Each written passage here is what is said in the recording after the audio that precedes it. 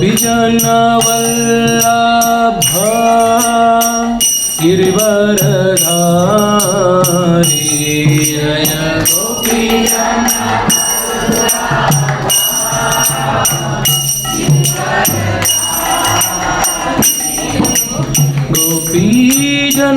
गोपीजनवल्लभा गिरिवरधारी जय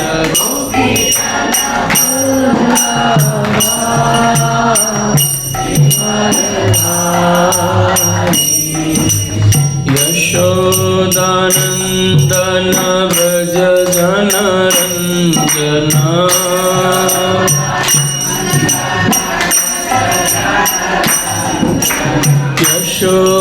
यशोदानन्दन व्रज जनरञ्जन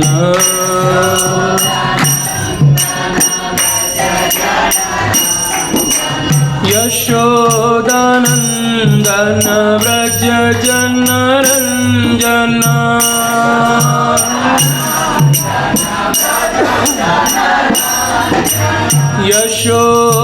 यशोदानन्दन व्रज जनरञ्जन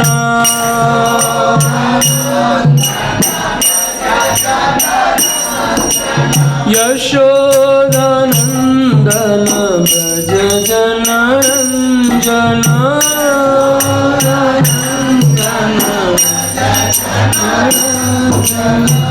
यमुना तीरवनचारी यमुना तीरवनचारी यमुना तीरवनचारी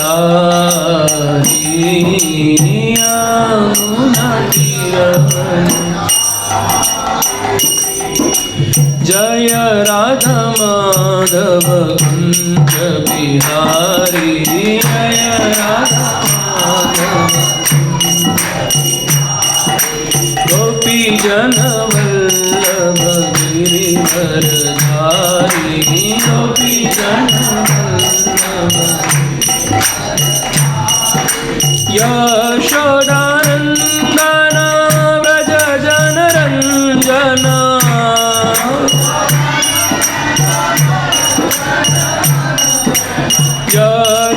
यशोदानन्दन व्रज जनरञ्जन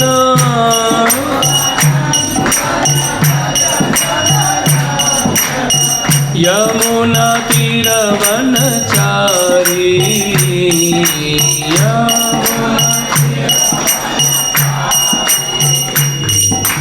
यमुना तीरवनचारी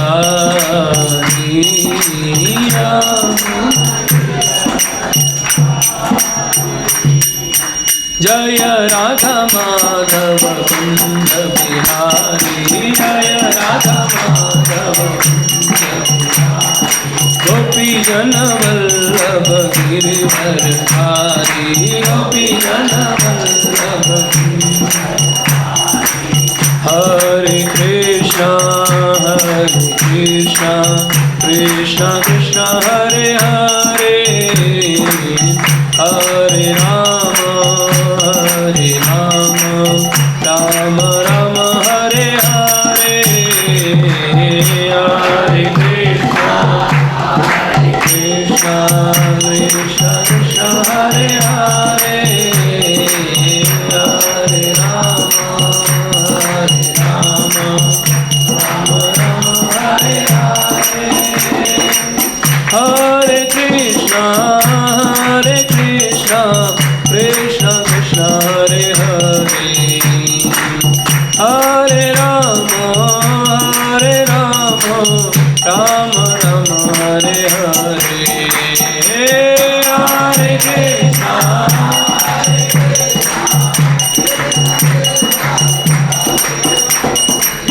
हरे राम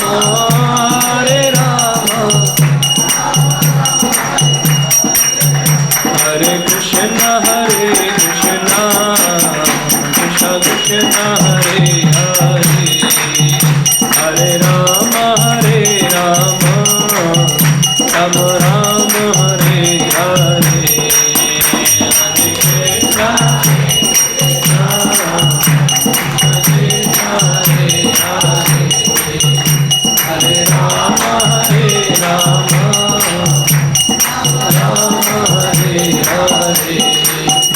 जय राधा रस बिहारी राधा रस बिहारी राधे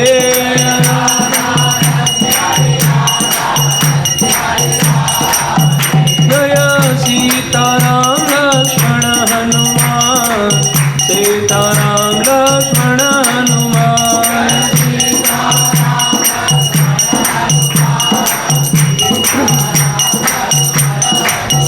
जय गौरनिताय गौरनिताय गौरनिताय जय गौरनिताय गौरनिताय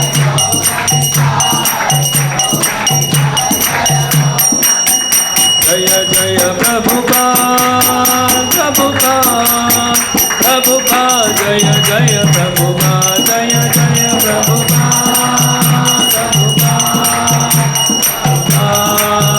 प्रभुपाद नित्य गौर हरि बोल हरि बोल हरि बोल नित्य गौर हरि बोल नित्य गौर हरि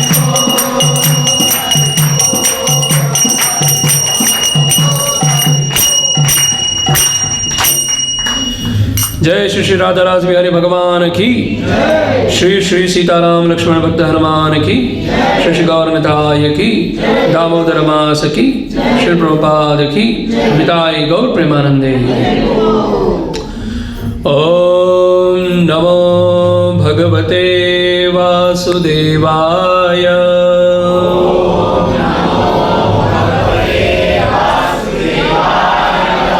ओम नमो भगवते वासुदेवाय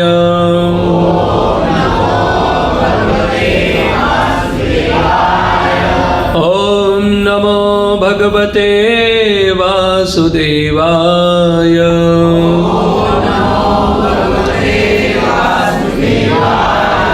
नारायणं नमस्कृत्यं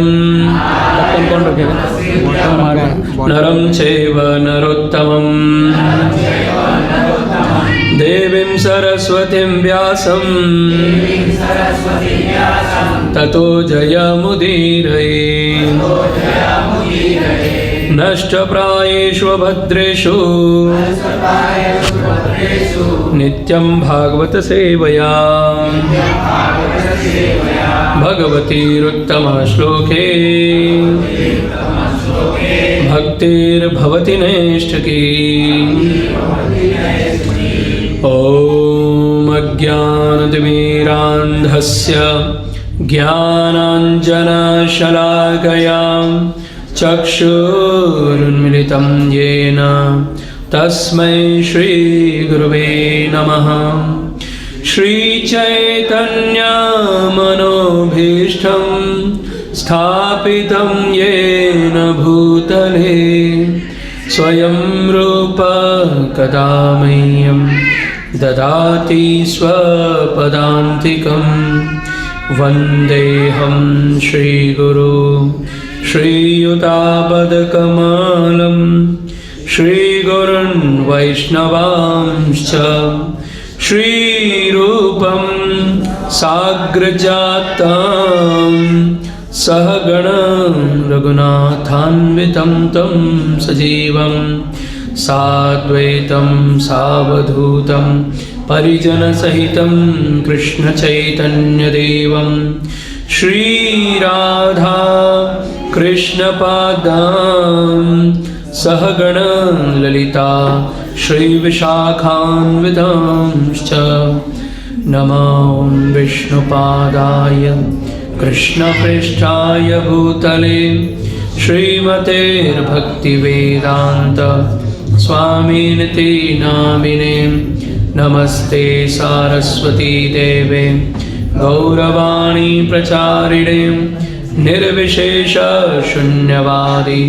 पाश्चात्यदेशतारिणे जय श्री कृष्ण चैतन्य प्रभु नित्यानंद श्री अद्वैत गदाधर श्रीवासादि गौर भक्त वृंदा हरे कृष्णा कृष्णा कृष्णा हरे हरे हरे राम राम राम हरे हरे हरे कृष्ण कृष्णा कृष्णा कृष्णा हरे हरे, हरे राम राम राम हरे हरे, हरे कृष्णा कृष्णा कृष्णा हरे हरे, हरे राम राम राम हरे हरे।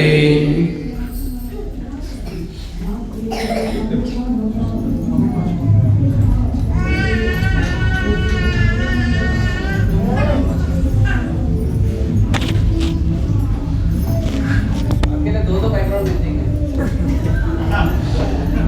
एक उस हॉल में, एक इस हॉल में।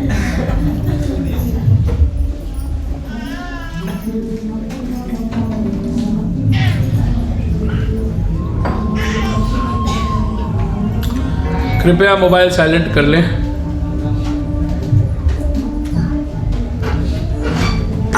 हरे कृष्णा कृष्णा कृष्णा हरे हरे, हरे राम राम हरे हरे।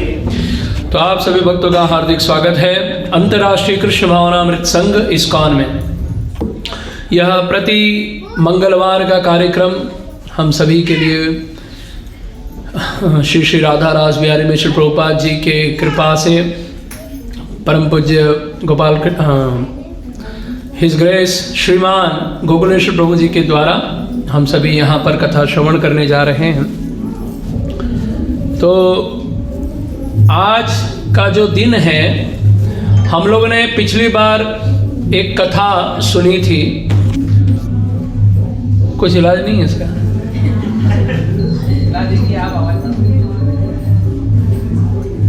मतलब उनका कुछ चल रहा है क्या? अच्छा, वो हॉल बुकिंग है। ओके, तब तो कुछ नहीं कर सकते। जहाँ ठीक है, क्योंकि हमारे मंदिर में वैसे भी बहुत सारे नियम होते हैं और उन नियमों में भी कुछ नियम विशेष हैं। हरे कृष्णा। एक बार सभी लोग हरे कृष्ण महामंत्र बोलेंगे। हरे कृष्णा कृष्णा कृष्णा हरे हरे, हरे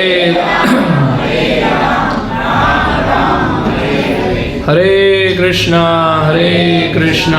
कृष्णा कृष्णा हरे हरे, हरे राम राम राम हरे, हरे कृष्णा कृष्णा हरे हरे, राम राम राम हरे। तो आज का जो दिन है, इसमें हम भगवान की वह कथा सुनने जा रहे हैं। ये बच्चे लोग को थोड़ा शांत करो या इनको बाहर लेके जाओ, ये तो बहुत डिस्टर्ब कर रहे हैं आज म्यूजिक का प्रभाव इन पे ज़्यादा पड़ रहा है। चलो कोई नहीं, शांति। मोबाइल कृपया साइलेंट कर लीजिए। देखिए, आज ऑलरेडी बहुत डिस्टर्बेंस है, तो हम लोग अगर कथा सुनना है तो हम थोड़ा धीरे धीरे बात करेंगे। मतलब आप लोग शांति बनाए रखिए। अगर बच्चे लोग इधर उधर डिस्टर्ब करेंगे, आपका मोबाइल बजता रहेगा, तो एक तो वैसे मूड आधा तो गया। अब जो बचा कुचा है वो भी चला जाएगा। ठीक है, तो आप जैसे शुद्ध भक्तों को देख करके थोड़ा बहुत इच्छा तो हो रही है कथा की। लाइट बहुत कम है प्रभु जी, थोड़ा लाइट चालू कराइए। थोड़ा हमको क्या है, हम लोग प्रकाश में रहना पसंद करते हैं ना। ठीक है, ओके। तो हम लोग पिछले बार हमने कथा श्रवण की कि कैसे भगवान जो हैं बंधे हुए थे, मैया यशोदा ने उनको बांधा हुआ था, और वहाँ से वो बंधे रहने के बावजूद भी उन्हें कुछ स्मरण हुआ और उन्होंने क्या किया, यमलार्जुन वृक्षों के बीच में गए और उखल जो था वो ऐसे था तो वो थोड़ा तिरछा हो गया, और फिर उन्होंने थोड़ा सा जो बंधी हुई रस्सी थी उसको धक्का दिया तो दो बड़े विशाल वृक्ष गिर पड़े। पता है आपको इन वृक्षों की आयु क्या थी?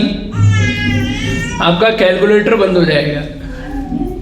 हमारा 1 साल होता है ना, तो देवताओं का 1 दिन होता है। हमारा 1 साल होता है तो देवताओं का 1 दिन होता है। तो हमारे 1 साल में कितने दिन होते हैं? 365 दिन होते हैं। तो 365 इंटू 100 साल कर दीजिए। 365 दिन को 100 साल से कन्वर्ट कर दीजिए। इतने साल जो हैं ये यमलार्जुन वृक्ष थे यहाँ पर। आप समझ सकते हैं कितने पुराने वृक्ष थे। इतने पुराने वृक्ष थे। तो इसलिए ये जो यमलार्जुन वृक्ष थे, इनके बारे में भगवान श्री कृष्ण को पता था, और इसके लिए उन्होंने, उनकी मुक्ति के लिए भगवान ने क्या किया, उन वृक्षों के बीच में जाना पसंद किया। और उन वृक्षों को जैसे ही धक्का मारा, वो 2 वृक्ष में से 2 सूर्य जैसे चमकते हुए 2 व्यक्ति निकले और वो भगवान को प्रार्थना करने लगे। तो यहाँ पर हमारी कथा संपन्न हुई थी, और आगे चल करके जो कथा हो रही है उस कथा को हम ध्यान से सुन रहे हैं।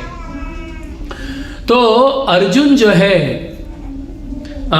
यमलार्जुन, तो यह दोनों जो हैं यहाँ पर आकर के खूब सालों से ये लोग यहाँ पर बैठे हुए थे, वृक्ष के रूप में बैठे हुए थे।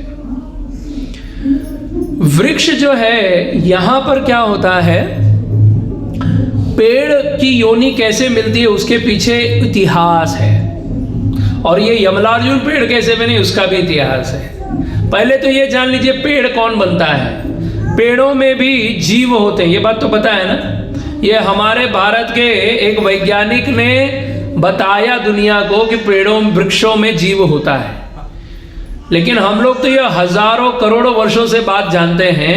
अंग्रेज और वैज्ञानिक लोग 400 साल से, तो इनको थोड़ा दिमाग खुला है, और 400 साल के बाद से ये बोलने लगे इसमें जीव नहीं है, उसमें जीव नहीं है, यहाँ जीव नहीं है, वहाँ जीव नहीं है। हाँ, भ्रूण हत्या भी कराते हैं माँ के गर्भ में।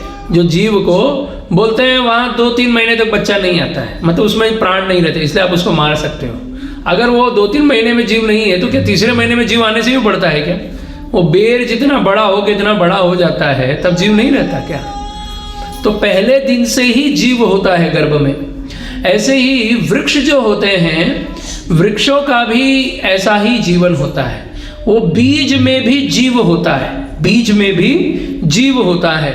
लेकिन वह जब अंकुरित होते हैं, जब वो अंकुरित होते हैं तो वो हमको दिखाई देते हैं। लेकिन कुछ बीजों को खाने का विधान है, कुछ बीजों को नहीं खाना चाहिए। जैसे आम के बीज को आप नहीं खा सकते, लेकिन जो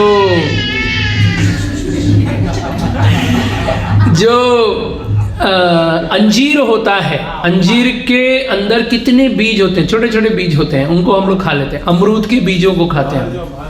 तो बहुत सारे ऐसे बीज हैं, कोई बात नहीं, बैठ सकते हो। तो बहुत सारे बीज जो होते हैं उनको किसी को हम खाते हैं, किसी को नहीं खाते हैं। तो बीज में जीव होता है, जीव अंकुरित होता है और वो वृक्ष बनता है, और वृक्षों से ही फिर से फल आते हैं, और फलों से बहुत सारे बीज आते हैं। ये है साइकिल। वृक्ष 20 लाख प्रकार के वृक्ष होते हैं। कितने प्रकार के होते हैं? 20 लाख प्रकार के। और हम लोगों को कितने वृक्ष पता है? हार्डली 10, 20, 100, 50, है ना? अगर गिनती गिनेंगे तो 150 जानते होंगे। तो सोचिए भगवान की सृष्टि कितनी बड़ी है कि 20 लाख प्रकार के जीव जो हैं वो वनस्पति में हैं। इनको हम लोग अचर कहते हैं। अचर मतलब जो चलते नहीं हैं। हाँ, एक होते हैं थलचर, एक होते हैं वायुचर यानी वो हवा में चलते हैं, एक होते हैं भूचर जो भूमि पे चलते हैं, एक होते हैं जलचर जो पानी में चलते हैं। वैसे ही ये जो वृक्ष होते हैं इसे कहते हैं अचर, नहीं चलते, खड़े रहते हैं। इसलिए जो पेड़ होते हैं वो खड़े होते हैं। पेड़ों में किसी को वृक्ष की योनि मिलती है तो कैसी योनि मिलती है वृक्ष की योनि? जिन लोगों को आदत होता है हमेशा नंगा रहना, हमेशा नग्न रहना। कुछ लोग रात में सोते भी हैं तो कपड़ा पूरा उतार के ऊपर सब चादर ओढ़े रहते हैं, ऐसे लोग जो नग्न रहते हैं, जिनको नग्न रहने की आदत रहती है, ऐसे लोगों को अगले जीवन में नग्न बनना पड़ता है और खड़े रहना पड़ता है। कैसे? इनकी चेतना होती है, इनको भी विचार रहता है, लेकिन वो स्थिर रहता है और बहुत सूक्ष्म चेतना होती है। मतलब उनके अंदर डिसीजन वाला पावर नहीं होता, बस वो चेतना है, हाँ हम हैं जीव, जैसे कोमा में लोग होते हैं, ऐसा आप समझिए। तो ये वाला पनिशमेंट मिलता है, और कितने साल के लिए मिलता है? किसी किसी को तो अभी आज भी वृंदावन में एक वृक्ष है, कदम्ब का वृक्ष, जो 5000 साल पुराना है, उसके ऊपर भगवान तक चढ़ गए थे। और न जाने ऐसे कई कई वृक्ष हैं जो 10-10 हजार साल पुराने हैं, वट वृक्ष, ऐसे बहुत सारे वृक्ष होते हैं। तो कितनी बड़ी सजा है नग्न रहने की। और आजकल तो नंगा रहना तो फैशन नहीं, चड्डी पहनना, मतलब सिर्फ पुरुषों की, स्त्रियों की बात नहीं कर रहा हूँ, पुरुषों की भी बात कर रहा हूँ। नग्न रहना, नग्न रहना, जितना हो सके अपने शरीर को पूरा ढक के रखना चाहिए, शरीर को ढक के रखना चाहिए। स्त्री हो या पुरुष, दोनों के लिए वो नियम है। ऐसा नहीं सिर्फ स्त्रियों के लिए नियम है, स्त्रियों के लिए नियम है कि अपने अंगों को छुपा के रखें, ना कि इसको एक्सपोज करें। पुरुषों के लिए भी नियम है कि जितना हो सके वस्त्र में रहे, जितना हो सके, कम से कम में, मतलब कि बहुत ही कम वो हो जो निर्वस्त्र हो, अधिकतर वो वस्त्र में रहे। तो वृक्ष उसे कहते हैं जिनको नग्न रहने का पनिशमेंट दिया जाता है। ये जो हमारे हीरो हीरोइन है ना, इनका अगला जन्म क्या है पता है? आप जाके उनको पत्थर मार के उनसे फल ले लेना। तो ये जितने मूवीज में, फिल्म में काम करते हैं, इनको नंगा होना ही पड़ता है, और थोड़ा बहुत नहीं तो बहुत बार होना पड़ता है। तो ये तो क्या करते हैं, पैसा कमाने के लिए इनको जो कहा जाए सब करते हैं, तो इनकी बेचारों की दुर्दशा होती है। इसलिए कहा जाता है कि कर्म ऐसे करो कि उसका फल हमें अच्छा मिले। आज का दुख जो है वो चला जाएगा, लेकिन भविष्य में यह दुख बढ़ता जाएगा। इसलिए आज सुख लेने के लिए इतना पाप मत कर लो कि अगला जीवन केवल दुख में ही गुजरे। इसलिए वर्तमान में थोड़ा दुख मिलता है तो चलेगा, वर्तमान में थोड़ा दुख मिल रहा है चलेगा, लेकिन वर्तमान का सुख लेने के लिए ऐसा काम मत करो कि भविष्य अंधकार में बन जाए। अगर आप सोचो पिछले जन्म में आपने बहुत ऐसे कर्म किए हैं कि आपको इस जन्म में बीमारी रहना पड़ेगा, दुखी रहना पड़ेगा, निर्धनी रहना पड़ेगा, आप कैसे जियोगे? आप सोचो। फिर वो बोलेगा अरे मैं तो भगवान की भक्ति करता हूँ, भगवान मेरे साथ ऐसा क्यों कर रहा है? भगवान नहीं कर रहे हैं, ये सब हमारे कर्म हमारे साथ करते हैं। भगवान कभी किसी को अनायास दंड नहीं देते, अनायास कृपा करके मुक्त अवश्य कर सकते हैं, लेकिन दंड नहीं देते, क्योंकि भगवान करुणा के सागर हैं, करुणानिधि है। तो इन्हीं चर्चाओं से लेकर के जो हमारी आज की कथा है, वो कथा भी इसी प्रकार की है। ये जो यमलार्जुन वृक्ष है, ये कोई और नहीं, कुबेर के 2 पुत्र हैं, नल कुंवर और मणिग्रीव। गृहमणि किसने बोला? अच्छा ठीक है, चलो आपकी बात। क्योंकि हमने भागवतम में मणिग्रीव सुना है, गृहमणि नहीं सुना है, घर का मणि नहीं सुना है, मणि वाला गृह सुना है। ग्रीव का मतलब होता है गला, ठीक है, जिसके गले में मणि लगा उसको मणिग्रीव कहते हैं, ठीक है।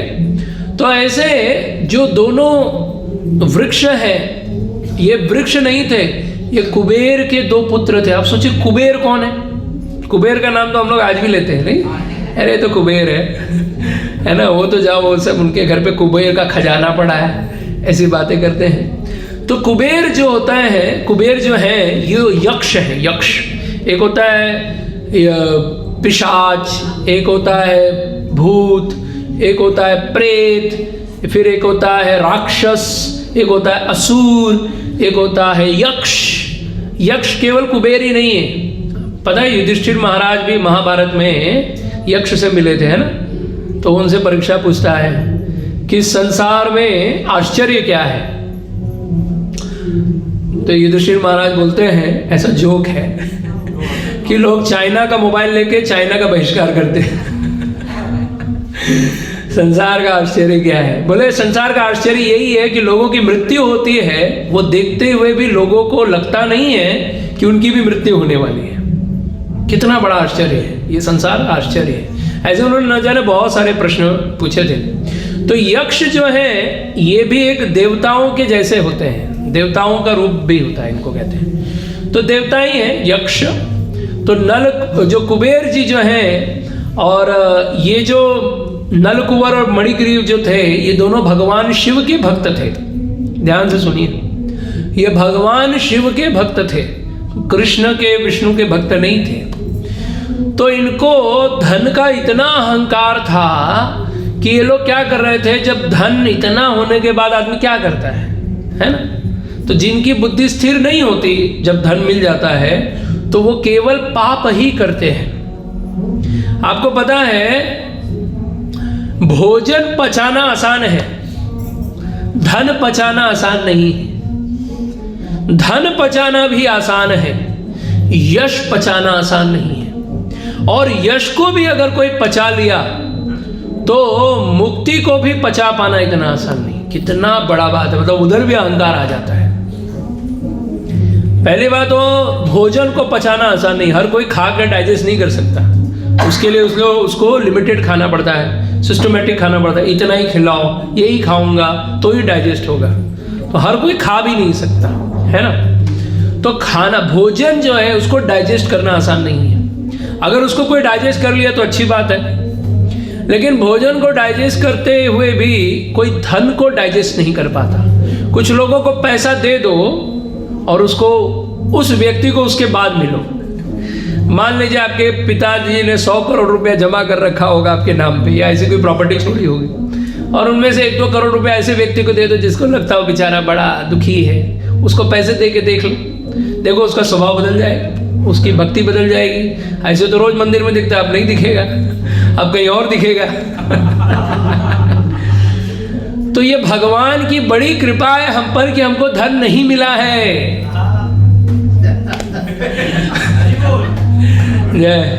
प्रभु जी कन्विंस है इस बात से। नहीं, ये एक्चुअली सच बात है, मैं भी ये बात मानता हूँ। भगवान की बड़ी कृपा है कि हमारे पास धन नहीं है, क्योंकि अगर धन होता तो हम यहां नहीं होते थे, है कि नहीं? तो ये भगवान की विशेष कृपा है कि हमारे ऊपर धन नहीं है। क्योंकि जो निर्धन होते हैं ना, उनके पास साधु लोग आराम से चले जाते हैं, आराम से जाके मिलते हैं, वो भी साधु को देख करके बड़े प्रसन्न होते हैं। जैसे हम लोग कहीं जाते हैं तो हम हमारे शिष्य को बोलते हैं कि जाओ उधर कॉल लगाओ, बोलो प्रभु जी को हम आने वाले हैं। तो वो लोग, वो कोई धनी व्यक्ति रहेगा तो बोलेगा अरे नहीं, अभी मत आओ, 2 महीने बाद आना। अभी मत आओ, अभी हम लोग के पास टाइम नहीं है। और किसी दुखी गरीब व्यक्ति को फोन कर लो कि वो बोल देगा प्रभु जी आपके घर आना चाहते हैं। अरे हमारा कितना सौभाग्य है, प्रभु जी घर आ रहे हैं, कहिए कब आ रहे हैं, हमारा भाग्य है। तो ये सुनने को तो मिलता है हमें, है कि नहीं? तो जो साधु भी उन्हीं तक पहुंच पाते हैं जो निर्धन होते हैं। इसलिए गरीबों के घर का द्वार हमेशा खुला रहता है और लिखा रहता है स्वागतम। लेकिन अमीरों के घर के बाहर लिखा, गेट बंद रहता है और बाहर लिखा रहता है कुत्तों से सावधान। मतलब पहली बात तो आना मत, और आओगे तो बचोगे भी नहीं, है ना? इसलिए दुख मिलना ज्यादा कृपा है सुख मिलने के कंपेयर में। तो ये जो नल कुंवर और मणिग्रीव हैं, ये दोनों कुबेर के पुत्र हैं। और ये लोग कुबेर के पुत्र होकर के क्या कर रहे हैं? इतने बड़े देवता, कुबेर का नाम है, इतने बड़े देवता के पुत्र रह करके क्या कर रहे हैं? गंगा नदी में स्नान करके वहाँ पर बहुत सारी वारुणी नामक, ये क्या कहते हैं उसे, मदिरा पी रहे थे। वारुणी नामक मदिरा, अभी तो आप लोग न जाने कौन कौन सा ब्रांड जानते होंगे, हमको तो नहीं पता, तो अभी नाम मत लेने लगना।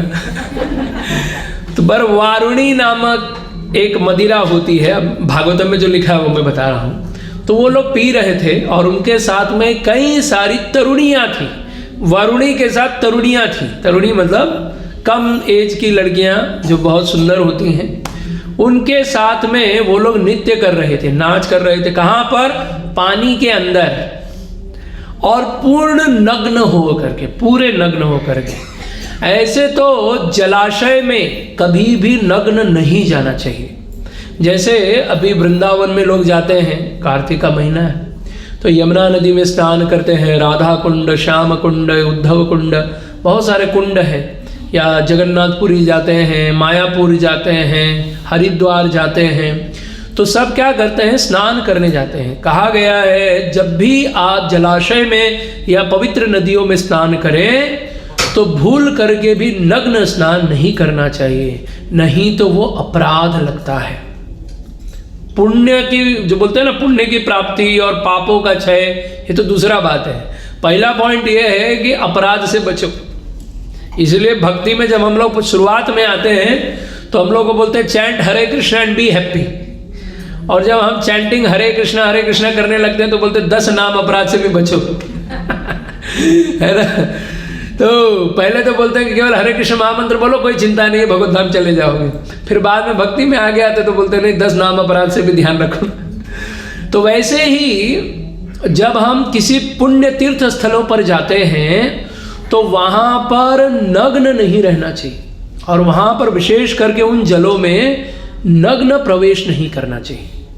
कम से कम अपना अंदर का कपड़ा पहन के, ऊपर से एक टावल लपेट के। स्त्रियों को तो सहवस्त्र स्नान करना चाहिए।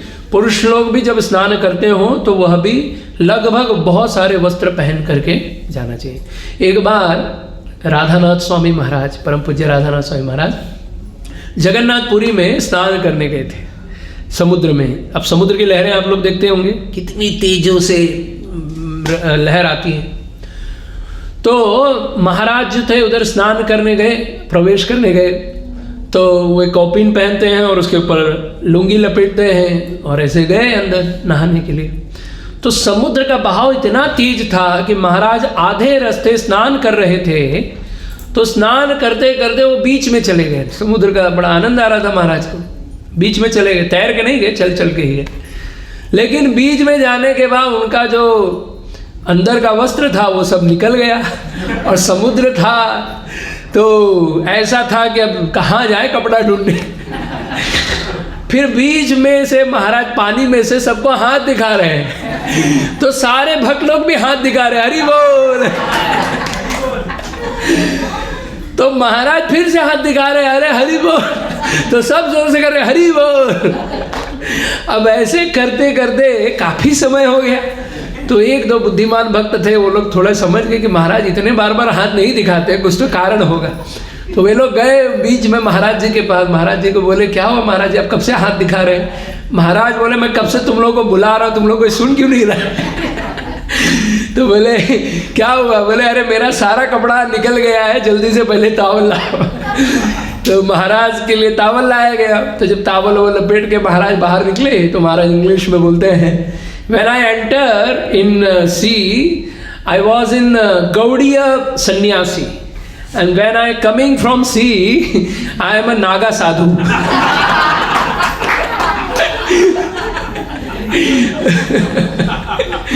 तो ऐसे महाराज जी का कथा था। तो कहने का मूल तात्पर्य है कि कभी भी पवित्र जलों में नग्न स्नान नहीं करना चाहिए, चाहे कुछ भी हो जाए, नग्न स्नान कभी नहीं करना चाहिए। नग्न स्नान से अपराध होता है। अब जैसे लोग गंगा जी में जाते हैं स्नान करने, तो स्नान करके क्या करते हैं, कुछ लोग जाते हैं वहाँ स्विमिंग पूल में जैसा खेलते रहते हैं। कुछ लोग अपने तैराकी का जितने पैतरे हैं उस दिन उधर जाके सबको दिखाएंगे कि हम पानी के ऊपर लेट के ऐसे ऐसे तैर लेंगे, हम यहाँ से वहाँ क्रॉस कर जाएंगे।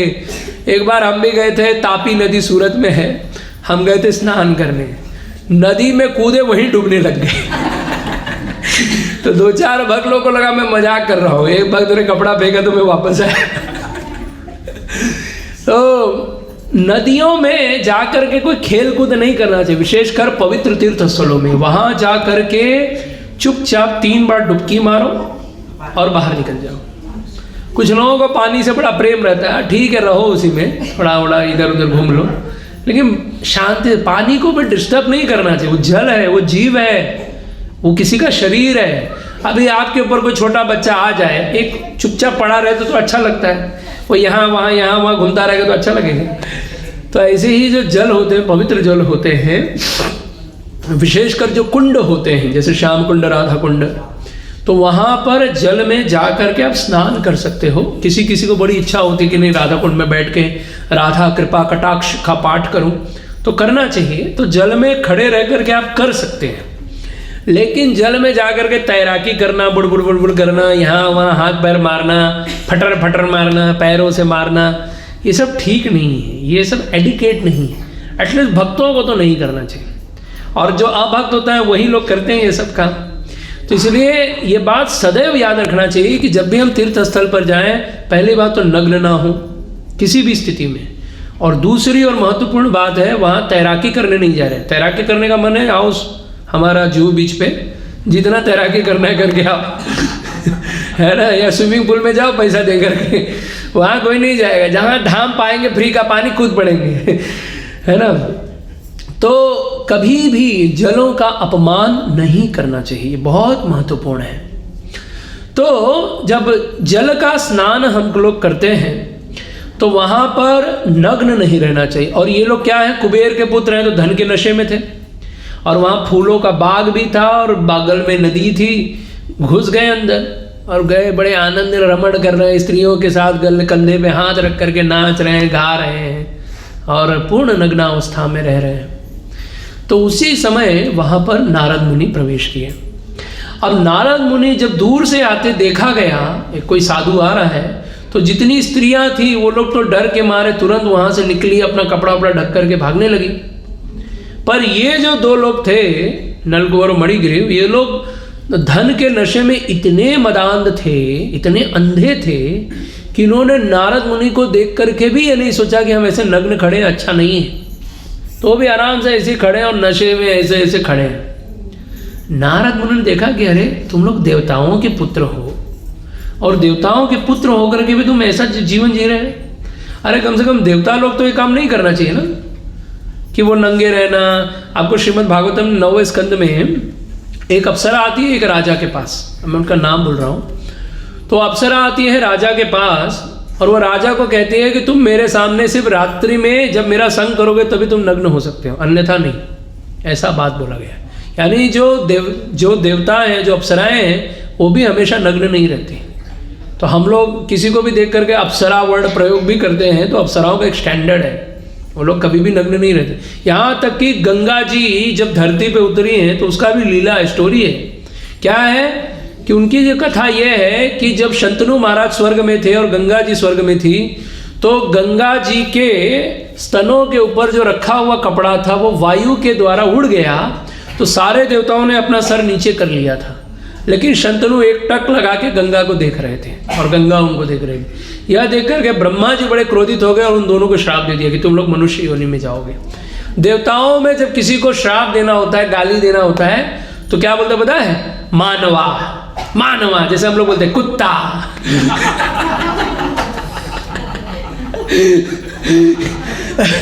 ऐसे देवताओं में एक दूसरे को गाली देते बोलते जा मानवा, ऐसा बोलते, मतलब हम लोग उनके लिए ये लेवर के लोग हैं। अब कुत्ते लोग आपस में कितना बढ़िया से बात करते नहीं, ऐसे हम लोग भी बतियाते रहते हैं। तो देवताओं को ये लगता है कि अगर किसी को श्राप देना है, दंड देना है, तो उसको मनुष्य बना दो। हालांकि मनुष्य होने का बहुत बड़ा भाग्य, बड़ा भाग मानुष तन पावा, है ना, तुलसीदास जी भी कहते हैं। लेकिन देवताओं के स्टैंडर्ड में ये सब है। तो नग्न रहना देवताओं के लिए ठीक नहीं है, ना देवता रहते हैं ना मनुष्य को रहना चाहिए, क्योंकि देवता हमारे एक प्रकार के आदर्श हैं। क्योंकि हम लोग देवताओं के लेवल से जाकर के हम भगवान के धाम जाने का प्रयास कर रहे हैं, तो इसलिए कहते हैं कि कम से कम देवता जैसे गुण तो होने चाहिए हमारे। भले हम देव स्वर्ग जाने की इच्छा ना रखते हो, लेकिन देवता तो बनने का इच्छा रखना चाहिए कि नहीं, माने उनके जैसा स्वभाव रखना चाहिए कि दैव स्वभाव, कहते हैं ना दैव मानुष आहे। दैव मानुष कैसे है, क्योंकि वो देवता जैसा जीवन जी रहा है, पवित्र रहता है, वस्त्र बराबर पहनता है, शुद्ध रहता है, दाढ़ी बाल समय पर बनाता है। स्त्रियां हैं तो बाल बांध के रखते हैं, बाल खुला रख करके दुर्गा जैसे नहीं घूमती हैं। तो देवताओं का ये सब स्वभाव होता है। तो दैव स्वभाव जो है उसे कभी त्यागना नहीं चाहिए। दैव स्वभाव यह हर भक्तों के अंदर होना चाहिए। तिलक धारण करना, वस्त्र आभूषणों को पहनना, कंठी धारण करना, तिलक धारण करना, हाँ, ये सब हम लोगों का आभूषण है। और सबसे बड़ा आभूषण है लज्जा। स्त्री हो या पुरुष, लज्जा आनी चाहिए। यदि लज्जा नहीं है किसी के पास, शर्म हया नहीं है, तो वो स्त्री तो है ही नहीं, वो पुरुष भी है ही नहीं। लज्जा नहीं है तो अरे बोलते हैं ना शर्म नहीं आती है ना, ये शब्द कहते हैं हम। क्यों? क्योंकि शर्म एक आभूषण है। आभूषण से व्यक्ति क्या दिखता है? अब जैसे माला पहना है तो अच्छा लग रहा है ना, मुझे तो अच्छा लग रहा है। तो माला पहना तो इसे एक आभूषण कहते हैं। तो ऐसे ही लोग सोने की अंगूठी पहनते हैं, गले में पहनते हैं, कान में पहनते हैं, सब जगह पहनते हैं, आभूषण पहनते हैं। तो आभूषण क्या होता है? आदमी के स्वभाव को, उसके व्यक्तित्व को और निखारता है और बड़ा करता है। लेकिन अगर लज्जा ही नहीं होगी तो उसके अंदर आभूषण ही नहीं है, वो तो नग्न व्यक्ति जैसा दिख रहा है। इसलिए लज्जा होनी चाहिए, शर्म होना चाहिए। जैसे स्त्री है तो उसको पुरुषों के आगे जोर से हंसना नहीं चाहिए। ज़्यादा पुरुष लोग खड़े हो तो बीच में घुस नहीं जाना चाहिए बात करने के लिए। स्त्रियों को कुछ बाउंड्री फॉलो करनी चाहिए। पुरुषों के लिए भी नियम है, जहाँ ज़्यादा स्त्रियाँ हों वहाँ चले मत जाओ मुंह उठा करके। थोड़ा हमारे गांव में तो आदत है, जब जेठ जी ससुर जी आते हैं घर के अंदर तो ऐसा करेंगे, है ना। तो इसका अर्थ होता है कि स्त्रियां अगर घर में किसी भी रूप में होंगी, कैसे भी होंगी, तो वो थोड़ा तैयार हो जाए ताकि हम प्रवेश कर रहे हैं, ये इंडिकेशन होता है।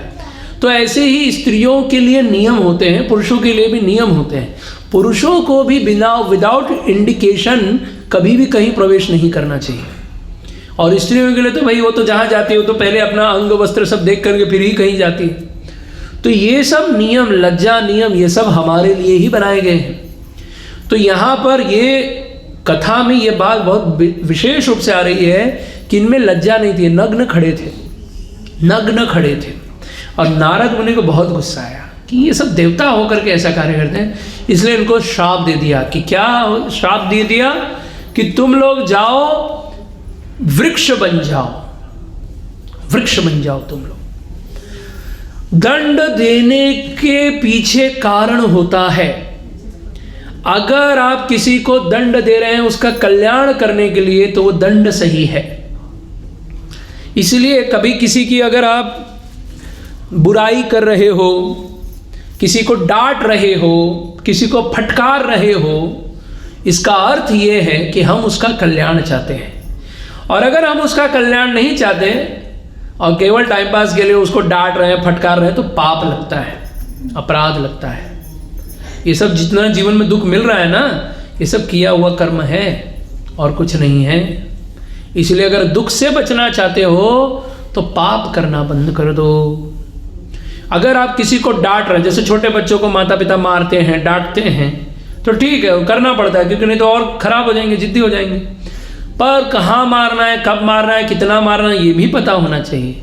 और किसी व्यक्ति को, जैसे कोई गुरु होता है, वो अपने शिष्य को डांटता है तो उसके पीछे कुछ कारण होता है कि इसको डांट फटकार लगाने वाला। देखिए, गार्डन वही अच्छा लगता है जहाँ कोई गार्डनर होता है। इसलिए शिष्य भी वही अच्छे लगते हैं जिनके गुरु सदैव अपने शिष्य का ध्यान रखते हैं। अगर शिष्य का ध्यान रखेंगे तो शिष्य को कुछ बोलेंगे, हे तुम मंगला आरती नहीं आते, तुम ये नहीं करते, तुम वो नहीं करते, तो बोलेगा अरे यार दिन भर मेरे पीछे पड़े रहते हैं।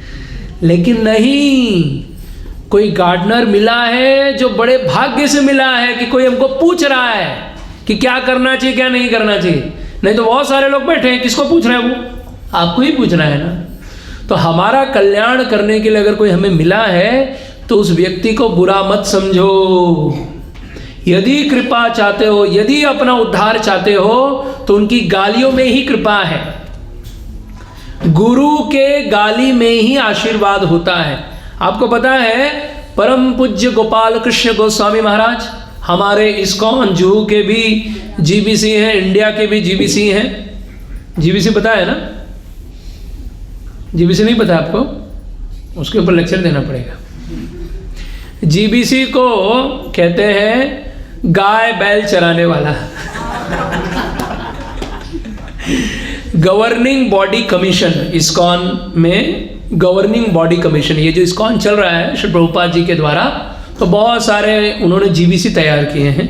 वो जीबीसी ही इस्कॉन के निर्णय लेता है, तो उनको जीबीसी कहते हैं। हम लोग ऐसे दूसरी भाषा मजाक में बोल देते हैं। तो गवर्निंग बॉडी कमीशन जो है वो गोपाल कृष्ण गोस्वामी महाराज इंडिया में क्या नियम लगना चाहिए, क्या कैसे चलना चाहिए, वो चलाते हैं। और महाराज जी जब भी आते हैं, जुहू आते हैं, तो बड़ा सौभाग्य की बात होती है कि हमें आना चाहिए, उनका दर्शन लेना चाहिए। ये सब पवित्र आत्माएं, हम लोगों को जितना दर्शन मिल जाए हमारा भाग्य है। मंगला आरती में महाराज जी के दर्शन होते हैं। अभी भी महाराज जी आए, गए अच्छा। एनीवे, तो हमें सदैव गोपाल कृष्ण गोस्वामी महाराज को श्री प्रभुपाद जी इतना डांटते थे। और महाराज जी अमेरिका में भी बहुत माने डबल एमए और क्या क्या एजुकेशन है उनका, हाँ, न जाने कितना बड़ा बड़ा डिग्री, और बहुत अच्छे पैसे वाले घर के हैं, और बहुत अच्छा कंपनी में भी सीईओ थे, चीफ एग्जीक्यूटिव ऑफिसर, और पेप्सी कंपनी के उस समय के, आप सोचिए। तो इतने बड़े आदमी होकर के, और जो प्रभुपाद जी के जब वो शिष्य बने, उन्होंने दीक्षा प्राप्त की, तो प्रभुपाद जी उनको बोलते थे, गोपाल या ये कर लो, वो कर लो, ये तुमने नहीं किया, क्या ये सब, ये ऐसा, ये कैसा, ये वो। और महाराज बोलते थे, okay Maharaj, okay Prabhupada, I do, ऐसे बोलते थे महाराज। कोई और होता तो, अरे यार रोज हमारे पीछे पड़े हैं, इनको कुछ काम नहीं है, पता नहीं मैं कौन हूँ, मैं सीईओ हूँ, मैं पेप्सी कंपनी का सीईओ हूँ, हाँ, ये सब बकवास करते। लेकिन महाराज जी सदैव श्री प्रभुपाद जी के शब्दों को ध्यानपूर्वक सुनते रहे, और आज ये स्थिति है कि पूरा संसार उनको पूजता है। गुरु के फटकार में ही हमारी कृपा है। अगर हमारा गुरु हमारा तारीफ कर रहा है तो वो हमारा गुरु है ही नहीं, वो गुरु तो नहीं है, पक्का है। क्योंकि गुरु केवल अच्छाई बोलेगा, अरे आप प्रोग्राम में आए, अरे आपने प्रसाद लिया, अब सेवन कोई बात नहीं, सेवा मत करो, चलेगा। बस हमको ये बोलने वाला व्यक्ति मिल जाए तो बस, हाँ ये प्रभु जी सही है। और हमारे रघुपति विष्णु प्रभु जैसे दिन भर बाण लेके चला देते हैं तो लोगों को बुरा लग जाता है, अरे प्रभु जी ऐसा कैसे बोल देते हैं हमें। प्रभु जी वास्तव में बड़े कृपालु हैं, उनकी कृपा लोग ले नहीं पाते, ये बड़ा दुर्भाग्य की बात है। कोई भी साधु ये केवल कृपा करने के लिए आते हैं। तो इसलिए नारद मुनि ने उनको श्राप दिया। क्या श्राप दिया? कि तुम लोग वृक्ष बन जाओ। और कहाँ बनो वृक्ष? गोकुल में जा करके, जहां भगवान आने वाले हैं। तो कितने साल इनको वृक्ष बनना पड़ा? 35,000 साल, 100 दिव्य वर्ष। इतने वर्षों तक ये लोग पेड़ बन के रहे। लेकिन भगवान तो कुछ ही साल हुआ था, है ना, 3-4 साल 5 साल रहे थे। तो भगवान का दर्शन लेने के लिए उन्हें 100 दिव्य वर्ष पेड़ का रूप धारण करके रहना पड़ा। अच्छा, खड़े रहे। क्यों? क्योंकि अपने पापों को नष्ट करने के लिए उनको उतनी सजा भी मिली, और उसके बाद में भगवान ने उन्हें क्या दिया? आशीर्वाद। गुरु की कृपा से भगवान का सानिध्य प्राप्त हुआ। सोचिए, भगवान वहीं रोज खेल रहे हैं, वृक्ष को पकड़ रहे हैं, टच कर रहे हैं, कितना बड़ा सौभाग्य है। लेकिन भगवान का भी दर्शन लेने के लिए उन्हें इतने वर्ष वहीं रहना पड़ा। इसलिए कभी कभी हमें कोई सेवा मिलती है तो वहाँ चुपचाप बैठ के सेवा करो। आपको पता है ना, शबरी वो गुरु की सेवा करती थी बड़े छोटे आदिवासी जाति की स्त्री। लेकिन जब उसके घर में उसका विवाह हो रहा था तो उन्होंने क्या किया? देखा कि आज मेरा विवाह होगा तो बहुत सारे जीवों की हत्या होगी, सब मांसाहार करने वाले हैं। तो बोली, सिर्फ मेरे खुशी के लिए इतने जीवों की हत्या होगी। तो वो वहाँ से भाग गई और जा करके जंगल में एक साधु की सेवा करने लगी। रोज उनके लिए पुष्प लाना, उनका आसन रख देना, उनको जल ला करके दे देना। तो साधु महात्मा बड़े प्रसन्न हुए, बोले तो बढ़िया सेवा करती है। तो उन्होंने कहा कि महाराज आप मुझे आशीर्वाद दे दीजिए। तो उन्होंने बोला, मैं तुमसे बहुत प्रसन्न हूँ, क्या चाहिए तुम्हें? बोले, बस मुझे भगवान के दर्शन करवा दीजिए। तो बोले, कोई बात नहीं, तुम इसी कुटिया में रहना रोज यहीं भगवान के लिए फल इत्यादि ला के रखना, भगवान स्वयं चल के आएंगे। सोचो, ये आशीर्वाद किसने दिया? गुरु ने दिया। तो शबरी रोज झाड़ू मारती थी, अपने घर से लेकर के अगले 2-3 किलोमीटर तक सफाई करती थी, और उसमें एक एक कंकड़ वंकड़ सब निकाल के बाहर रखती थी, और बहुत सारे बेर ला करके जमा करती थी, और उनमें भी मीठे बेर को ला के रखती, क्योंकि भगवान अब पता नहीं इनविटेशन दे के तो आएंगे नहीं, वो तो कभी भी आएंगे, तो हमेशा घर में सामान जमा करके रखती थी कि कब पता नहीं भगवान आ जाए। इसलिए भक्तों को घर में सामान रखना चाहिए, खाने पीने का आइटम। कब कोई साधु आ जाए, कहे हमको भूख लगी है, तो बोलेंगे महाराज अभी तो नहीं मिलेगा, आधा घंटा रुकना पड़ेगा, है ना। तो ये सब चीज़ें जमा करके रखती थी शबरी। और एक दिन भगवान आए, एक दिन भगवान आए, और जब भगवान आए तो क्या हुआ? शबरी के जूठे बेर भी खाए, है ना। तो हम लोग कभी भी जब साधु, जब भक्त हम पर कृपा करते हैं तो हमें कोई सेवा दे देते हैं, तुम ये करो, ये करते रहने से ही भगवान प्राप्त होंगे। अपना दिमाग चलाओगे ना, हमारी बुद्धि तो बुद्धि है, वो तो सिवाय कचड़ा के कुछ सूझता तो है नहीं हम लोगों को, है ना। गोबर वाली विषय ही बातें याद आती है। तो गुरु जो होते हैं उनको पता होता है कि इसको गोबर में से कैसे गुलाब के फूल में लेके जाना है, लेकिन वो गोबर का कीड़ा गोबर भी रहना चाहता है। उसको बोलते भैया मंगला आरती है, बोलता है नहीं नहीं नहीं नहीं नहीं। उसको बोलते हैं अरे संडे प्रोग्राम है, नहीं नहीं नहीं नहीं नहीं। उसको बोलते हैं अरे उठा के अरे चल यहाँ चल मंदिर में बढ़िया प्रसाद पाएगा, नहीं नहीं नहीं नहीं नहीं। ये एक बार एक गुरु थे, अपने शिष्य को बोले कि अरे वो जो मल में जो कीड़ा है ना, उसको निकाल के गुलाब के फूल में डाल। तो शिष्य ने बड़े मुश्किल से इनके प्रकार ना ऐसे उठा करके कैसे कैसे उसको डाल दिया गुलाब के फूल में। तो गुलाब के फूल में डाला, थोड़े सेकंड में वो इसमें घुमा, फिर निकल के वापस से गोबर में घुस गया, मल में घुस गया। तो गुरु जी बोले देखो शिष्य, यही है जीवन, कि गुरु लोग कृपा करते हैं शिष्यों पर कि उनको गोबर में से निकाल के, मल में से निकाल के, कचड़े में से निकाल करके शुद्ध भक्ति प्रेम देते हैं कृष्ण का, लेकिन वो लोग फिर से उसी कचड़े में चले जाते हैं। सवेरे उठेंगे नहीं, सवेरे जप नहीं करेंगे, दुनिया भर के एक्सक्यूज दे देंगे, प्रभु जी ये प्रॉब्लम है वो प्रॉब्लम है। अरे प्रॉब्लम के लिए ही तो हरिनाम ले रहे हैं ना, सब ठीक होता थोड़ी हरिनाम लेते, हम कहीं और होते थे, है ना। तो इसीलिए जब साधु गुरु जब हमको कुछ कहें तो उनकी बातों को बुरा नहीं लेना चाहिए। कहा जाता है कुछ लोगों का कभी अगर वो डांटे या बुरा बोल दे तो उनकी बातों को ज़्यादा दिल पे नहीं लेना चाहिए। जैसे पत्नी, छोटे बच्चे, बूढ़े और बीमार व्यक्ति, इनका बात ज़्यादा सीरियसली नहीं लेना चाहिए।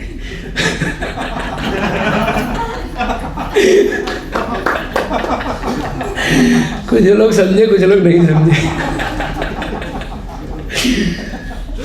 अब कोई बीमार व्यक्ति है मान लो, अब वो चिल्ला रहा है अरे तुमने मेरे के साथ ये किया वो किया, ठीक है बीमार है सुन लो कोई बात नहीं। फिर बोलते हैं अरे बीमार है फिर भी इसको अक्ल नहीं, क्या बोल रहा है। बीमार आदमी ऐसे ही बोलते हैं। अब बूढ़ा व्यक्ति, बूढ़े लोगों का कुछ भरोसा थोड़ी, बेचारे चिड़चिड़े होते हैं, कब उनका दिमाग घूम जाए क्या भरोसा। तो बूढ़े लोग कभी कुछ बोल देते, सुन लेना चाहिए, ठीक है बूढ़े व्यक्ति जाने लो।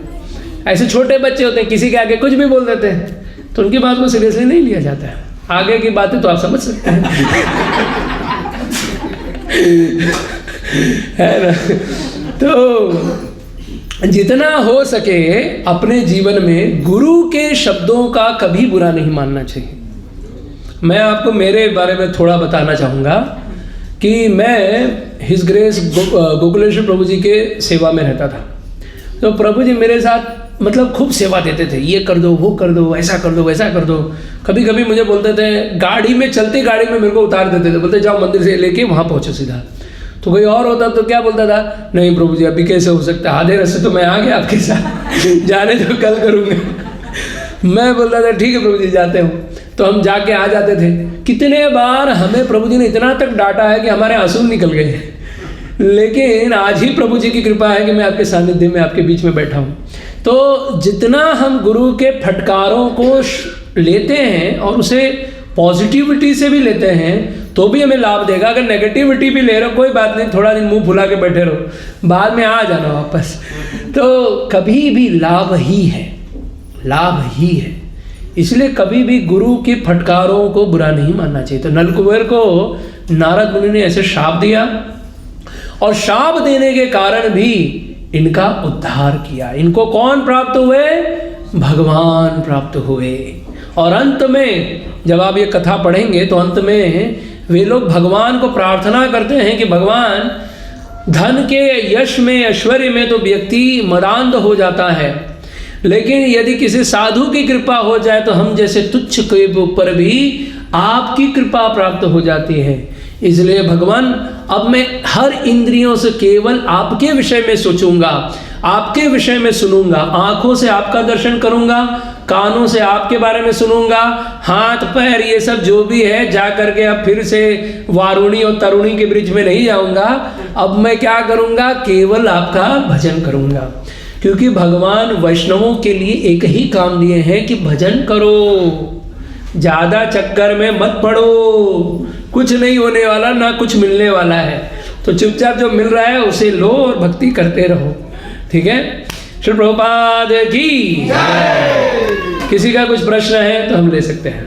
हाँ प्रभु जी। प्रभु जी, आपने बताया कि वृक्षों में भी जीव होता है ना? तो वो 2 यमराज वृक्ष थे, वो देवता स्वरूप थे और भगवान का दर्शन करके उनका उद्धार हुआ। ऐसे ही भगवान, आपने कथा के आरंभ में बताया कि भगवान ने कदम के वृक्ष पर पैर रखा था और उसमें कूदे थे, तो उस जीव का उद्धार क्यों नहीं हुआ? ऐसे तो वृंदावन भी हैं, बहुत सारे हैं। तो ये सब लोग हम पर कृपा करने के लिए वहां पर है। कुछ लोगों को भगवान ने छोड़ रखा है, जैसे हनुमान जी को छोड़ दिया। वो तो बोल रहे थे मुझे तो आपके पास रहना है, भगवान बोले इधर ही रहो। भगवान का इसलिए कहते हैं सेवा करो, सेवा का उद्देश्य जहाँ से मिल जाए। अभी आपको पता है कि हम लोग भगवत धाम जा कर के भी हमको भगवान बोल देंगे कि जाके तुम पैरट बन जाओ, जाओ तुम मछली बन जाओ, जाओ तुम पेड़ बन जाओ। तो हम बोलेंगे नहीं, ऐसे तो नहीं, मैंने सोचा था, हमको तो लेक्चर में सुना था कि आपके साथ हम खेलेंगे। तो जहाँ ना शब्द होगा तो कृष्ण बोलते हो के गो बैक, वापस इधर भेज देंगे। जब तक ये ना बोलने की आदत पड़ी रहेगी ना, भगवान धाम नहीं जा सकते। सेवा में ना नहीं चलता है, ओनली यस चलता है, नो नहीं चलता है। मुंह से ना निकले। ठीक है? ओके। और तो वो ऐसे ही, इसलिए उनको मुक्त किया। हाँ प्रभु जी। हाँ प्रभु जी, जो भी आपने आज बोला वो सच्ची था। बहुत बढ़िया। जो जिससे ना आजकल ऐसे ही होता है, आप इसको सही बोलो तो और ज्यादा करने लगता है। सही है ना? और अगर आप ऐसे ही बैठे रहोगे, आपको आगे बताएंगे ऐसे क्यों, ऐसे क्यों, तो उनसे हम प्रश्न करते हैं, आपको क्या लगता है ये गलत है या सही है? प्रश्न करना अच्छी बात है। वो हम उनसे ही वो ही प्रश्न करते हैं, तो हम उनसे पूछते हैं क्या ये सही है कि गलत है। अगर जो आप करते हो दूसरे के साथ, अगर वही आपके साथ कोई करे तो क्या वो सही होगा? नहीं होगा। नहीं होगा ना? तो आप भी नहीं करो, आपके साथ भी कोई नहीं करे। हाँ ठीक है। और कोई प्रश्न? अच्छा हरि बोल। हाँ। जो नागा साधु लोग हैं, हाँ। ये सब वृक्ष बन जाएंगे?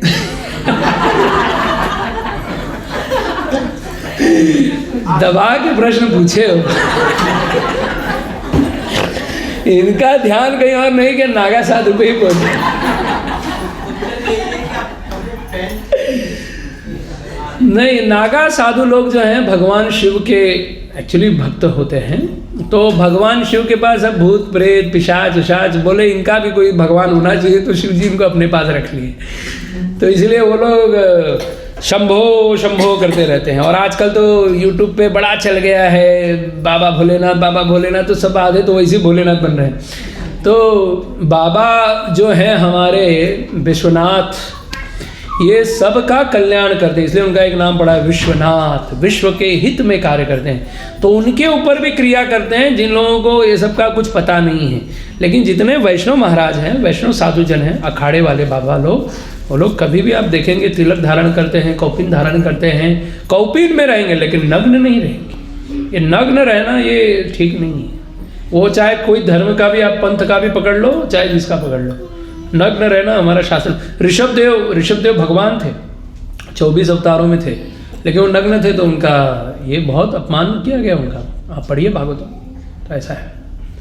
ठीक है, और कोई प्रश्न? प्रभु जी, हाँ। जैन मुनि तो बिल्कुल नहीं।